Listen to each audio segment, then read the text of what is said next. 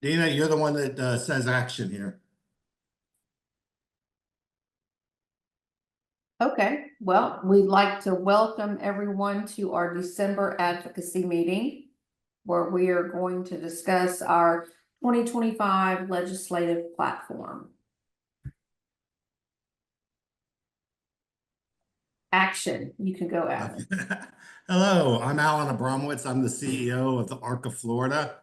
The ARC of Florida is a membership organization advocating for people with intellectual and developmental disabilities. We're actually a grassroots advocacy organization. We listen to families, self-advocates, and the providers who all their boards for the ARC are really made up of families. So we really feel grassroots and feel like we're delivering for each of you that came on. I appreciate that each of you are on today. This is an important time. I know session doesn't begin till March, but decisions are being made this early.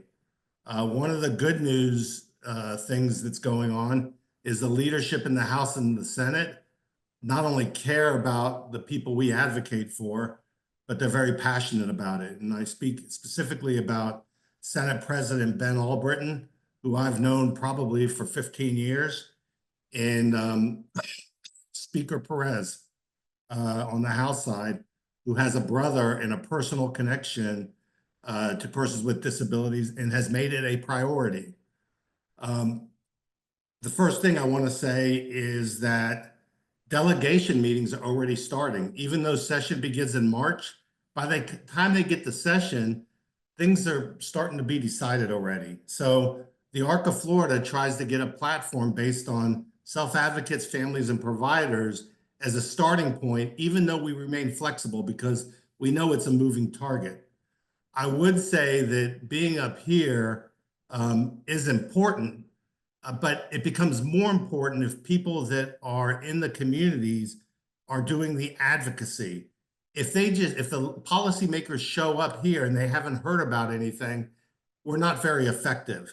And I think the reason we were so successful last year, and it may have been the best year in 25 years, given the supported decision-making law, the 11% rate increase, for the first time, we're going to have people can apply online, the huge increase in taking people off the wait list and put on the waiver. There were just so many good things, but I think it's going to get better. I'm an optimist for those that you know me, but I think this is going to be the best year we've ever had. And our platform, I think, reflects the type of things you're saying.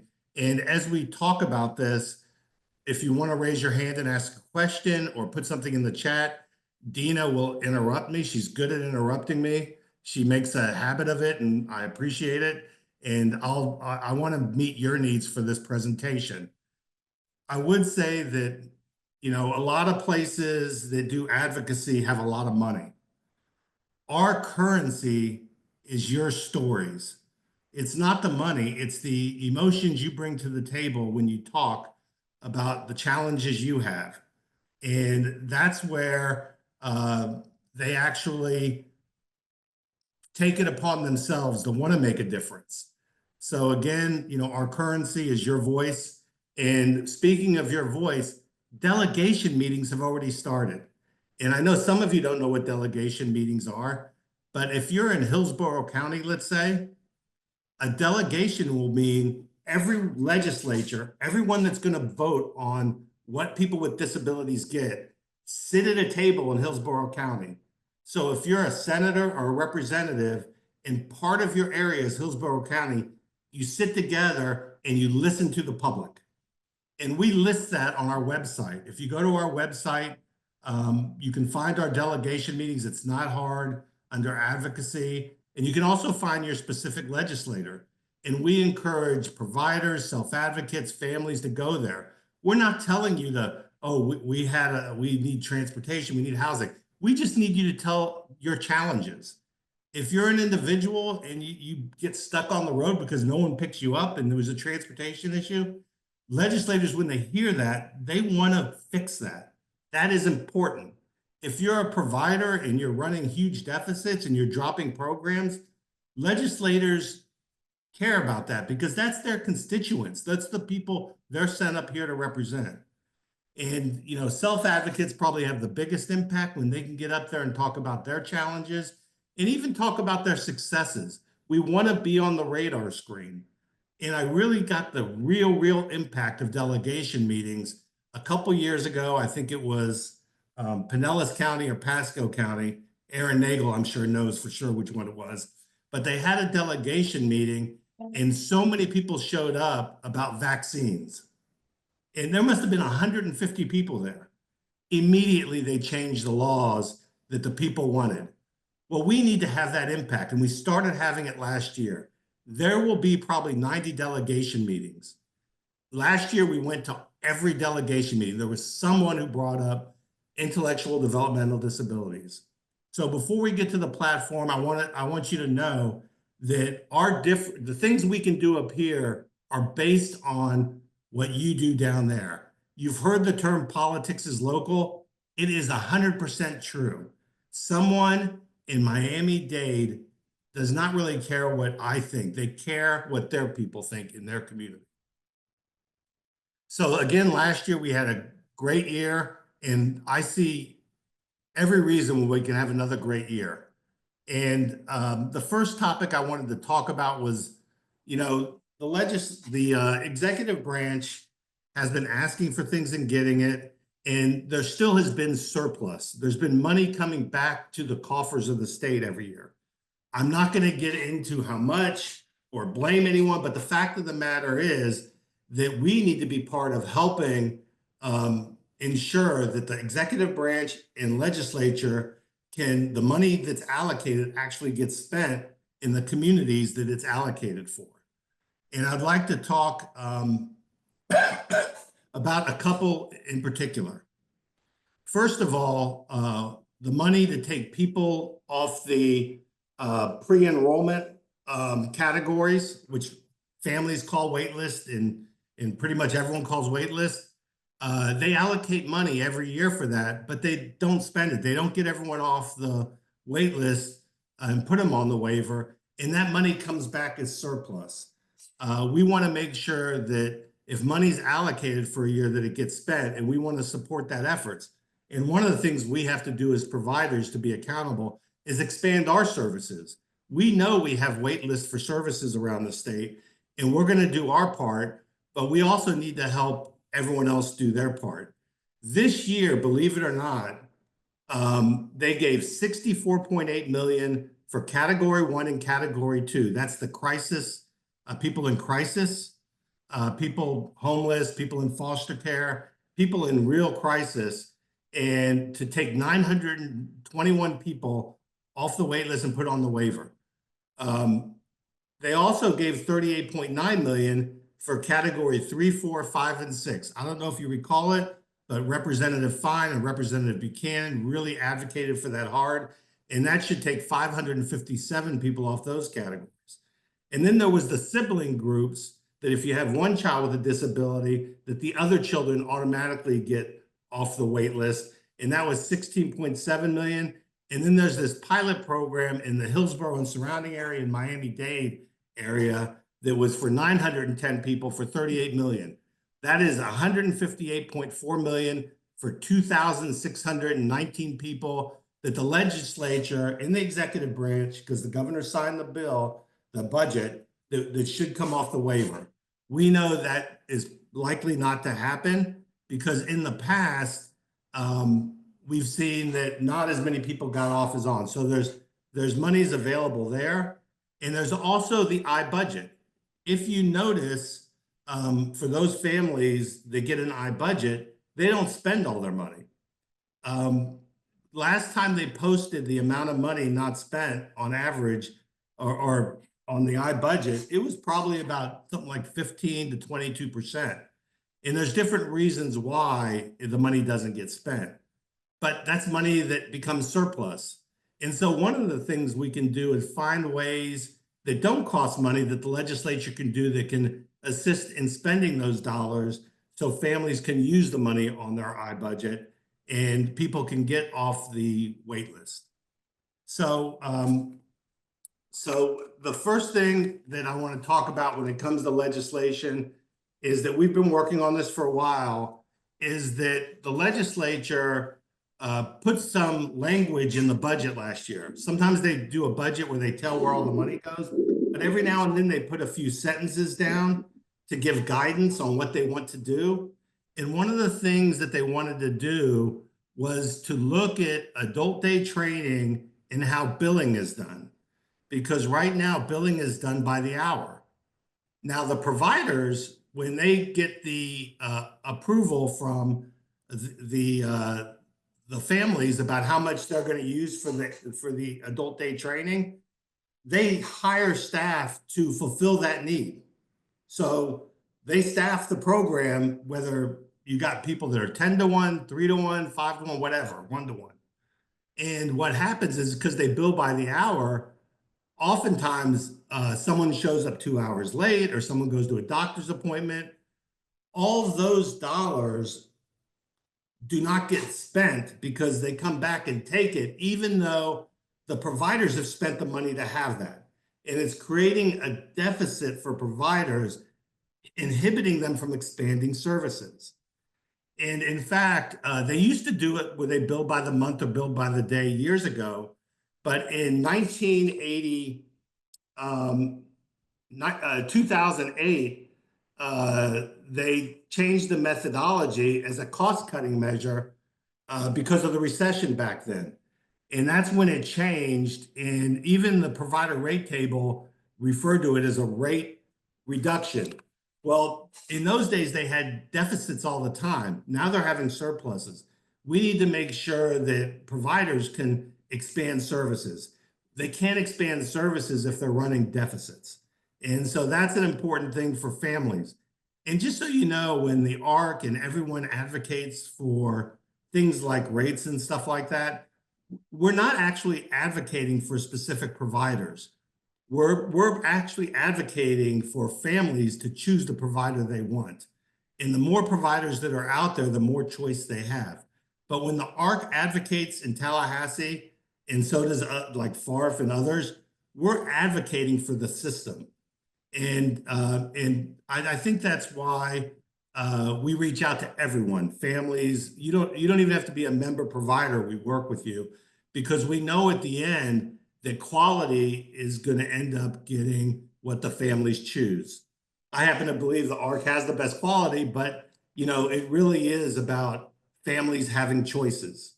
So the ADTB reimbursement rate, the legislature put it in statute that APD, Agency with Persons with Disabilities, was supposed to look at it. And they're going to report back on January 7th. We have written our own analysis of it, and you can go to our website under our platform and get the details. It's a 5-page document about why it's a good idea to go to monthly or daily billing. And you can see that for yourself. Agency for Healthcare Administration actually did a survey of all providers to find out how they're doing with how they do the disbursements and stuff. So any questions about that before I go to the next issue? Good. Dina, you interrupt me if anything comes in the chat. The second issue that doesn't cost money is they have some legislation, some language in the budget that says that providers have to match 12.5% of the money they get from the waiver. And it's been there forever. No one's monitored it. But with new ADT licensing, it's become an issue that they may have to do. I want to tell you quickly the history of that, and it'll be clear why that needs to be removed. Back in the 80s, 90s, when there was like one provider in a community and there was only general revenue dollars, that means there was no federal dollars coming in, that the Agency with Persons with Disabilities would contract with a provider in the community. I mean, we had to find out all this stuff from people that have been doing this for 40, 45 years. And what would happen is they'd write the contract to their benefit agency with persons with disability, but it never cost the providers money because the county would assign a teacher to make up for that 12.5%. It was actually an agreement to ensure the counties were engaged. Since that time, the Medicaid waiver has come.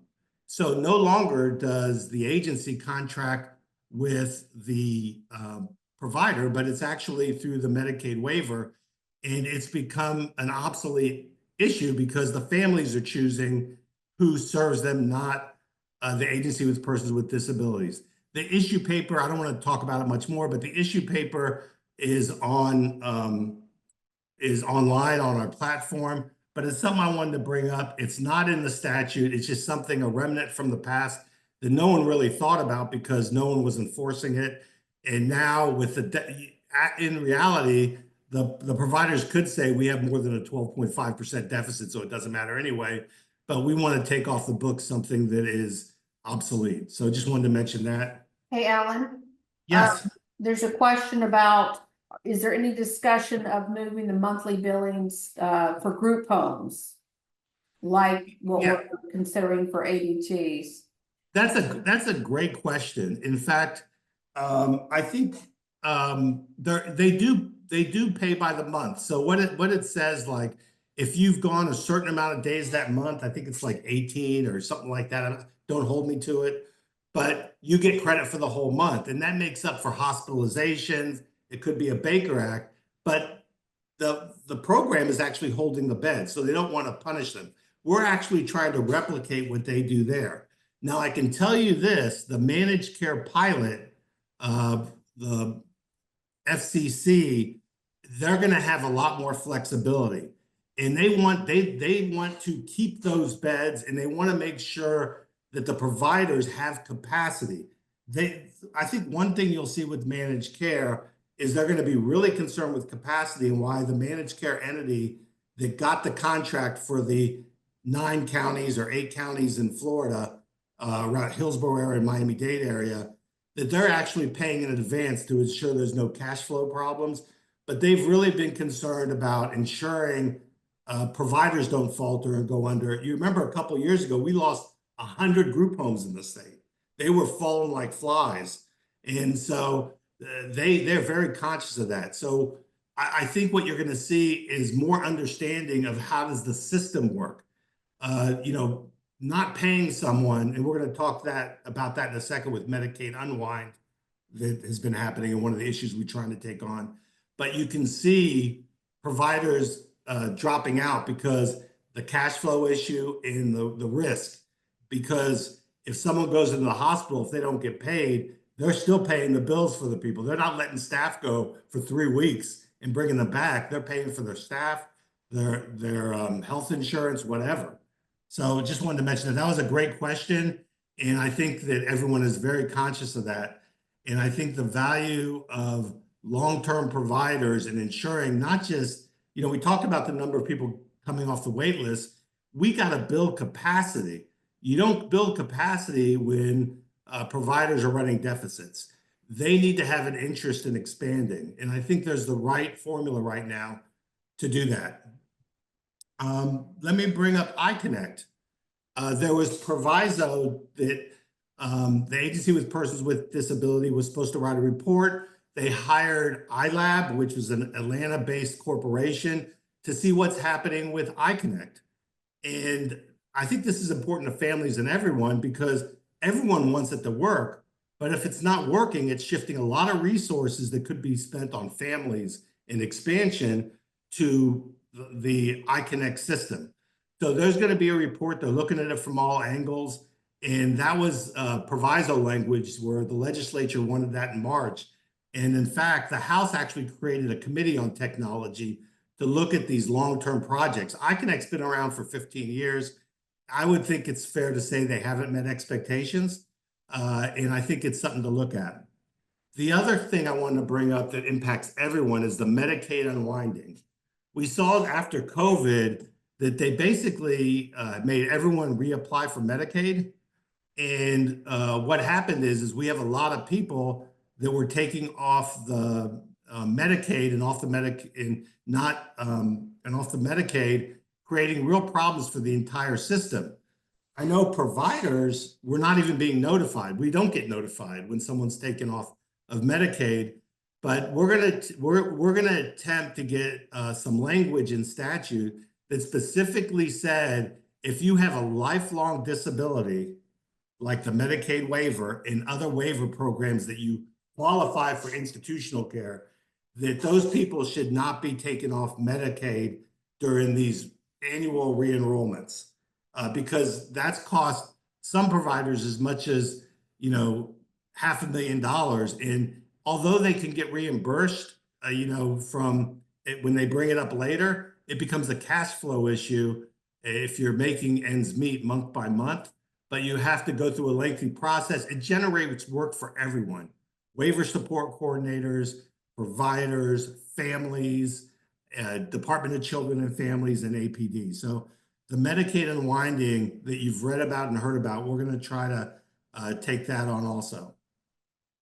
A big thing that we also talk about is our whole system works because we have direct support professionals. Without the direct support professionals, we don't have a Medicaid waiver program. And one of the challenges has been that each year they raise the minimum wage $1 an hour. And we hear from families that their direct support professional left. We hear from people in the community that we really need that the legislature keep up with the minimum wage increase. And because there's competition from people like Starbucks and Costco that are raising their salaries too.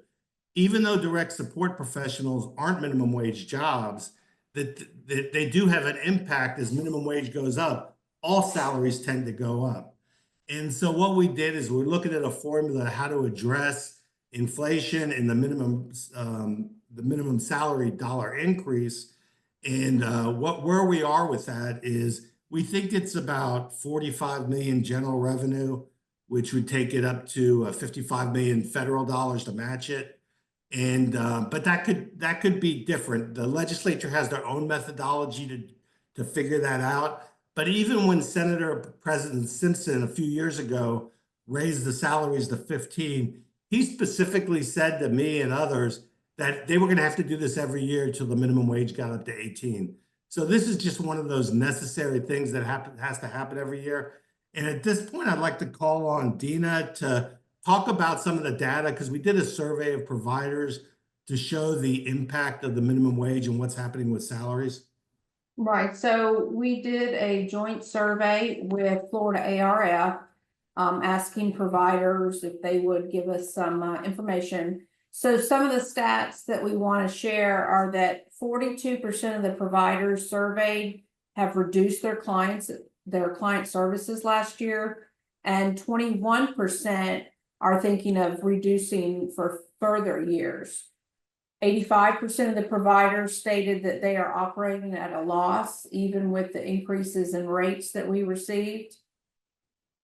40% of the providers stated that the lack of funding has negatively impacted their ability to maintain services. There was a 47% average increase in personnel costs for their employee health premiums. And some of the most difficult services to maintain that they identified were group homes and supported living, personal supports, transportation, and supported employment. Thanks, Dina. I appreciate that. I did notice Melissa Manzetto's on, and she has been working this Medicaid unwind issue. If you could, I probably didn't explain it well enough, but I know you're working it for families day in and day out. Can you give a little talk about the impact on the Medicaid unwind on families, waiver support coordinators, and providers? Sure. Yeah, my name's Melissa Mazzeta, and the Medicaid unwinding, I don't know if there's anybody on this. I can't imagine that there's nobody on this call that has not been affected by this. But Starting when we had COVID, there was a number of people that were enrolled onto Medicaid because they lost their jobs. And then the feds gave the approval in the spring of 2023 to basically unwind those people from the Medicaid rolls. Well, unfortunately, the folks that are enrolled on the iBudget waiver and CDC have been caught up in that. So at the height of the COVID Medicaid enrollment, there was over 5.5 million people on Medicaid. The iBudget waiver and CDC programs have actually less than 36,000 people.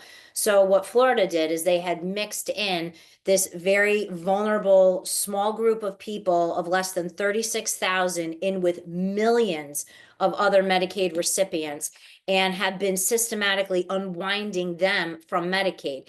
It has become, as far as a support coordination agency is concerned, it has become more than a full-time job for us. I've had to actually hire additional administrative support with this. I have been meeting with a number of people regarding it, and actually on Monday I had a meeting with the DCF secretary and also the Senate President's office regarding this issue, because it's very stressful to the families, to the people on the program, to lose Medicaid and then to have to work to try to get it reinstated. And when you're talking about a very small amount of people mixed in with millions of people, it's just not, they need to actually just set this particular group of people aside and not mess around with their Medicaid. So Alan and I have been in contact with each other about that language that he was just talking about, to get this into law, I guess, to make sure that this never, ever, ever happens again. And prior to COVID, this wasn't an issue. We would occasionally receive a letter stating that somebody's Medicaid was going to end at the end of the month because they forgot to send a financial release in or something like that. But then it was quickly and easily remedied, and that was it. Now it has become this nightmare, and it is taking months to get Medicaid reinstated for people. And then sometimes they're not reinstated the correct Medicaid. They're putting our folks on something like family planning Medicaid or medically needy, which is not full Medicaid and is not compatible with the iBudget waiver or the CDC program. So then it's affecting budgets, and providers aren't getting paid. But with this particular group, with this particular population, providers can't just stop providing services. So what I was explaining the other day to, the DCF secretary and the Senate President's office was that providers are continuing to provide services, but just not getting paid. And that's not okay. That's completely, that's not all right. So we're continuing to work on that, but I had a meeting with a number of agency owners yesterday, and there was about 10 of us on there. Our agency alone, December 1st, had an additional 73 people whose Medicaids were ended. One of the other agencies had 138 people whose Medicaid was ended. That just between our two agencies, it's over 200 people that have had their Medicaid ended. And we still have numerous people who they haven't had Medicaid for a couple of months. We've been trying to get it reinstated, but we have not been provided any sort of a direct department to particularly deal with, except now after that meeting that I had on Monday, the secretary sent a link for us to do an escalation for these particular cases. So that's what we're working on now. It's just another form that we're having to fill out to get their case escalated. But one of the things I want to make sure that you guys are very well aware of, and this is very important, is please make sure that your assets, even though it's silly that it's still below 2,000 in checking and savings accounts, you have to keep your assets below 2,000. And most of the folks we serve don't even, they're check to check. They're not saving tons of money. But there are some folks who do have a higher Social Security amount. They don't spend that money each month. So there's the option of opening an ABLE account, where that is money where, you know, over $2,000 in a regular checking and savings can go into an ABLE and you can still save that money. But then DCF can't turn around and say, oh, well, you're over asset. So that's just something very important for everybody to be mindful of. And if you're a provider and you're the rep payee for some people, please, you know, be cognizant of that. Thanks, Melissa. I appreciate it. And thanks for your advocacy. Melissa's in these individuals' homes. She knows what's going on. And I know when I see her up in Tallahassee, she's relaying the message perfectly because she's speaking for the family. So thanks a lot, Melissa. Another issue that we're trying to take on is there's a bill by a self-advocate family out of Port St. Lucie area or Indian River area, where they want direct support professionals to be able to give an EpiPen so they don't have to go into an institution just because the statute doesn't say they can use an EpiPen. It's kind of a bureaucratic thing, but they can't put it in rule either, agency of person with disabilities. So we're trying to get a bill filed on that. And one of the things in that bill that we're going to try to do is finally get a definition for direct support professional. And there's a great reason why for that. The federal government is coming up with a definition that will be established in 2028. And it's going to be defined as an individual who provides services to people with disabilities to support their independence and community participation. Now, the reason that's important is if it becomes a unique occupation code, is then we can start tracking with regard to salaries, where the needs are. Right now, we're put in the same category as personal care aid, healthcare support occupation code, and it's hard to promote the job when it doesn't have a unique name. So this is really an effort in recruitment and to ensure that when we're looking at this class code, that we know if there's a problem with hiring, which really deals with is the funding sufficient to be able to support direct support professionals. But when you're put in with everyone else, no one can tell. It's bipartisan in the federal government. In fact, Aaron Bean supported, our own Aaron Bean supported it 2 months ago in a bill, but it's going to come in 2028. And I thought we could get ahead of it in Florida by using the definition. And we have a committee working on that right now. So I just wanted to mention that. In reality, this code will capture employment and wage data, which will help us be able to advocate so families have the support they need. You know, a lot of these things don't cost money or there's surpluses to make up the difference, but there's other issues too that we're concerned about. You cannot go to a delegation meeting without housing coming up.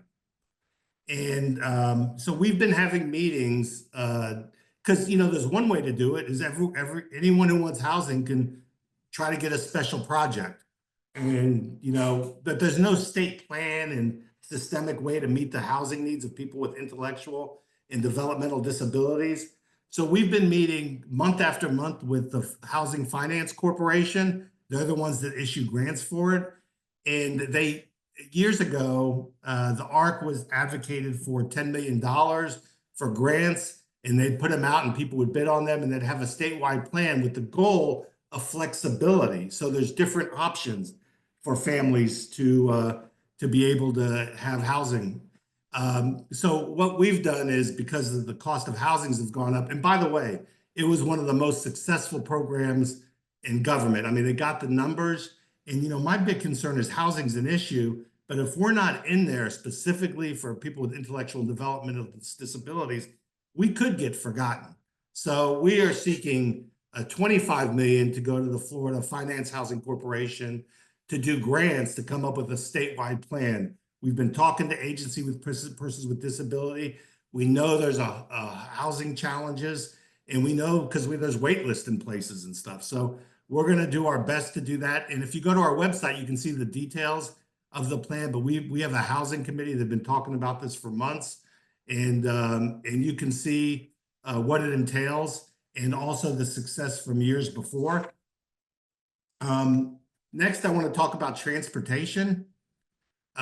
Transportation is one of those things that we all know we need to take on, but we don't know how we can take it on successfully. And we have a committee looking at that, and they're coming up with some really good ideas. But as I said, this is our first meeting that we're going to come up with solutions as we talk to policymakers. But we know that needs to be taken on, that people don't have transportation for jobs to get to where they need to be, or the transportation is inadequate, oftentimes in very rural areas. We also know that transportation for the developmental what's it called, Dina? The Transportation disadvantage. transportation disadvantage. They do a good job. They have a commission, but they had a surplus also.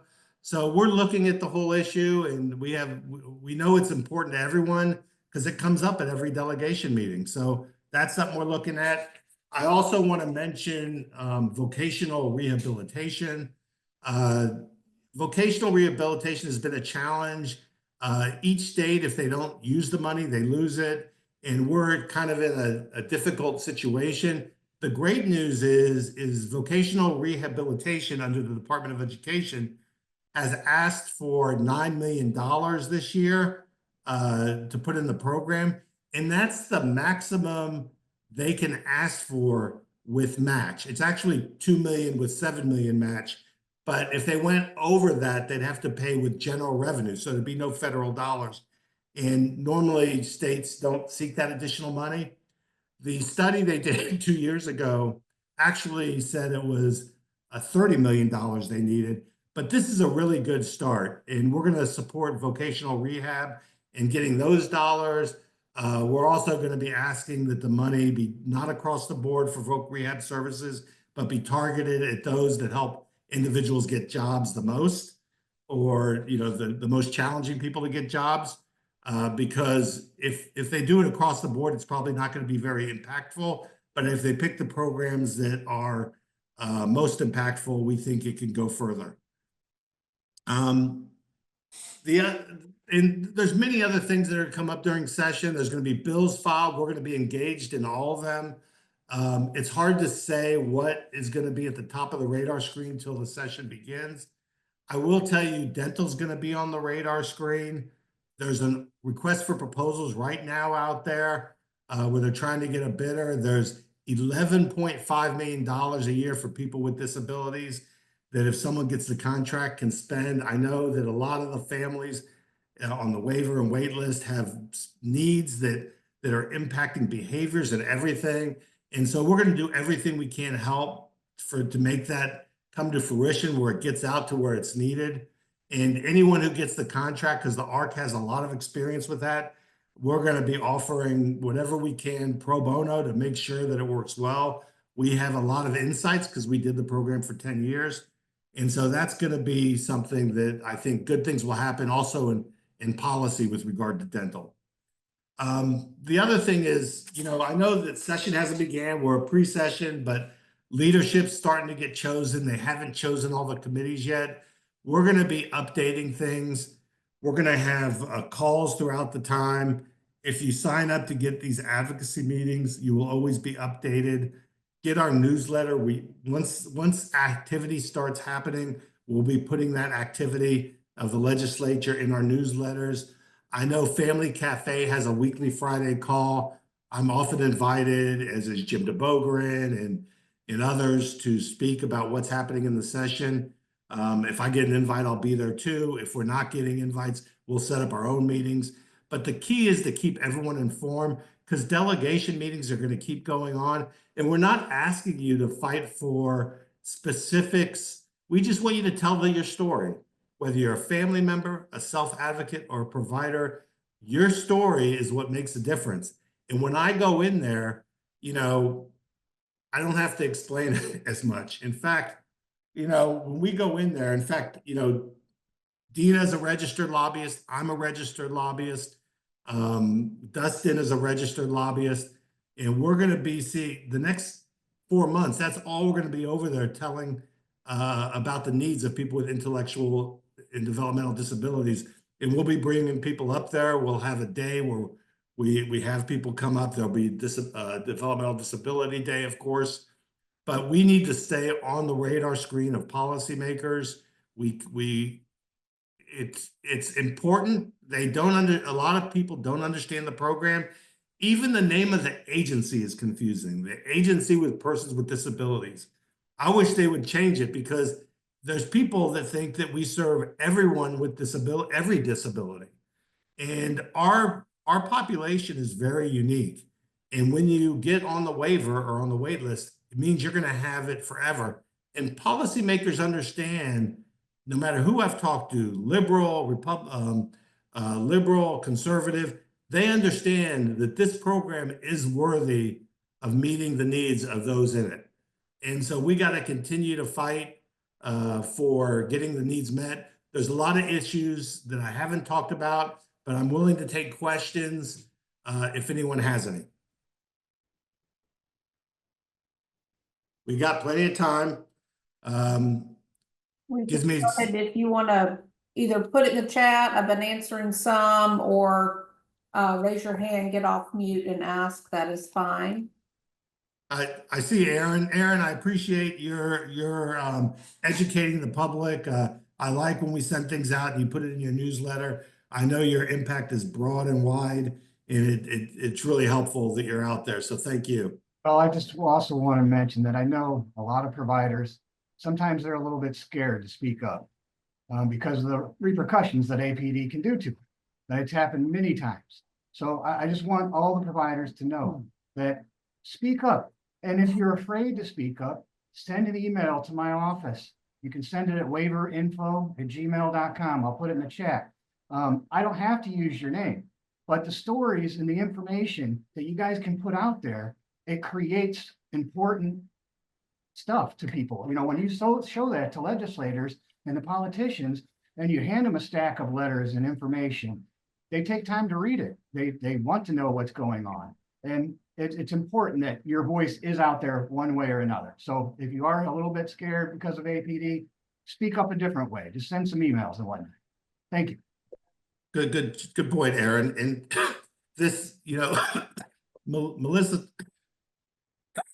Melissa talked about the Medicaid unwinding, but it's a bigger issue than you think, because a lot of providers don't pursue the money because they're scared.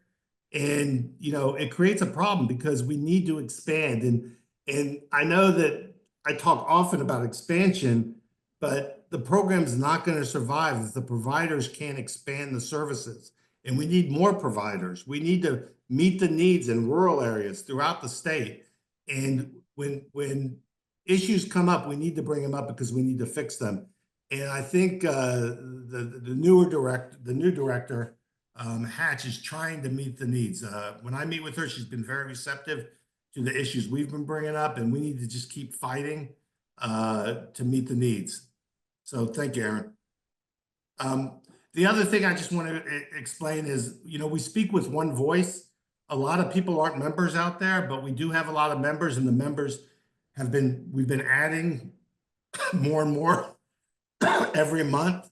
And that does give us more leverage. And so if you're interested in joining the ARC as a member, we have different categories. Feel free to send me or Dina an email. The ARC chapters is a unique thing. They are people that use the logo, they're board members that vote, but we have a category called colleague that don't get to vote, don't get to use the logo, but they get to come to everything we do, and we love them. And I actually let them vote because every vote we've had has been unanimous, because that one voice issue is very important to me. And we're going to keep fighting, but we know that the success we have deals with the individuals on the ground in the community, and any success that's had really goes back to people like JJ and Melissa and so many people out there that are just making a difference, telling their stories. And I know that if you go to last year's delegation meetings and watch them, the most impactful testimony came from people with intellectual disabilities or their families. And not only that, when people testified, things were fixed. Legislators had their staffers address it right then and there, and we saw good things happen to that. So just want to give one more opportunity if anyone wants to say anything. Issue that we're trying to take on, there's a lot of things we want, but we got to look at the politics about what we think we can be successful with. When it comes to that $25 million in housing, it gives the Florida Housing Finance Corporation to look at things like supported living units, apartments, things like that, and also maybe being able to modify some homes that, like, they maybe need to enlarge the bathtub or something like that. There's other things in there with that, but we've tried to come up with something that was doable when it came to housing, and they've had success with it before. It's hard to bring a new concept out of the blue and have success with it, but I think you make good points, and I'd love to talk to you about your ideas later, and maybe that could become an agenda item later. But and if it comes up during session, we decide to be supportive of things that expand housing options for families. But I appreciate your comments. The other thing about standard of care, and anyone else can comment on this because I noticed we have some other experts on this call. The standard of care issue, I think oftentimes a lot of these big picture items have to really be driven by the agency. Otherwise, you're not going to get anywhere. We try to bring up issues. I know that that to me, a big selling point of the Medicaid waiver is that it is more cost effective, not just better, from a philosophical point of view. You want people in the community to be in the community with everyone else to live up to their potential, but it's less expensive than institutionalization. And I think one of the challenges is people don't look at it from a bigger picture. So you see what happens is they always allocate money to take people out of institutional care to put them back on the waiver, because at some point it becomes obvious that clearly not just it's better for people to be in the community, but it's also less expensive. I know that we've had agencies around the state try to raise the standards for their staff. I know ARCA Broward has a program for their direct support professionals to raise the level of supports, and a couple other people have that too. But that's an ongoing issue. And, I feel like to a certain degree, we're like Maslow's hierarchy of needs. And a lot of the times we want things, but we need to build that basis up for it. Right now, my concern is a lot of people are going to come off the wait list and they're going to be on a new wait list for services. And I know it's like trying to fix a bike while it's moving, but we identify some things. I know that there's other people going to identify other issues, and we'll support them because these issues come from the people in the community. But anyone that wants to talk to me, you have my number. My number's out there, my cell number, my email, and I get ideas from the people I talk to. And our whole platform is built on discussions with people like Mary and others that have issues. And that's the same thing the legislators are listening to at these committee meetings. And, they'll come up with some good ideas based on people's challenges that they hear about.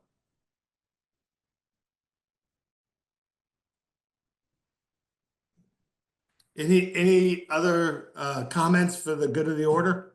I would meet with your legislative individual, not just the delegation, but one thing you can do is meet with your legislators. And if they're a new legislator and don't have a lot of power, it's probably easier to meet with them. But I would take the time to meet with anyone that will meet with you that's in your community, because they will eventually be in leadership, and you start building a relationship. It's amazing what one passionate legislator can do that takes on an issue.